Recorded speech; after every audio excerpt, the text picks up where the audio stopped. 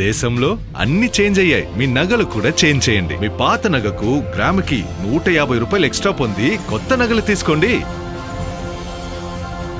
అదే తక్కువ తరుగుకు మీ లలితలో మాత్రమే.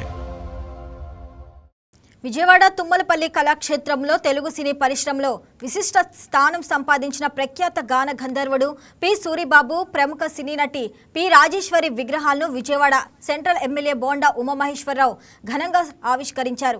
ఈ సందర్భంగా సినీ సాంస్కృతిక రంగాలకు చెందిన ప్రముఖులు, అభిమానులు పెద్ద సంఖ్యలో హాజరై వారికి ఘన నివాళులు అర్పించారు.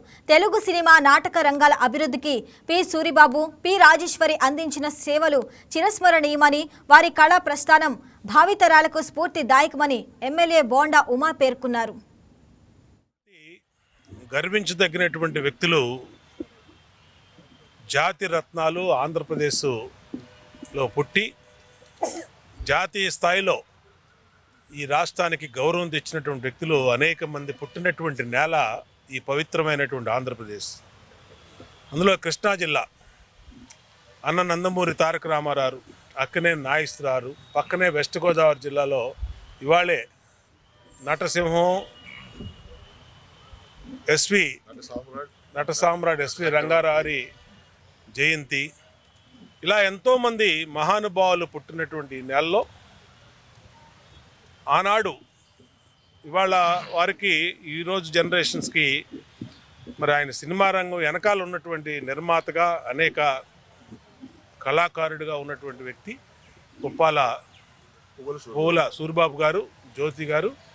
మరి వారి దంపతులు ఇద్దరు కూడా ఈ జాతి కోసం ఇక్కడ పుట్టి అనేక కళారంగానికి అనేక సేవ చేసినటువంటి వ్యక్తులు.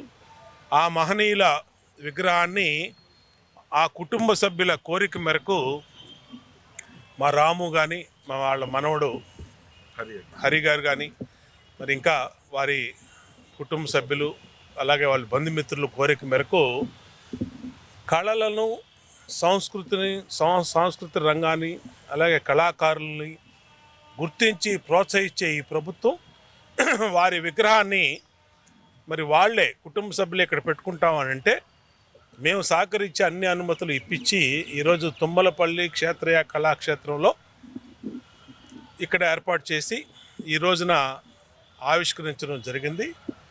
మాకు అది చాలా అదృష్టంగా భావిస్తూ ఉన్నాం.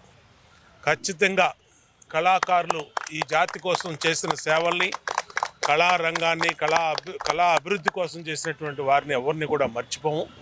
వాళ్ళ అభిమానులు వచ్చినా, వాళ్ళ కుటుంబ సభ్యులు వచ్చినా అన్ని రకాలుగా వాళ్ళకి అండగా ఉంటాం.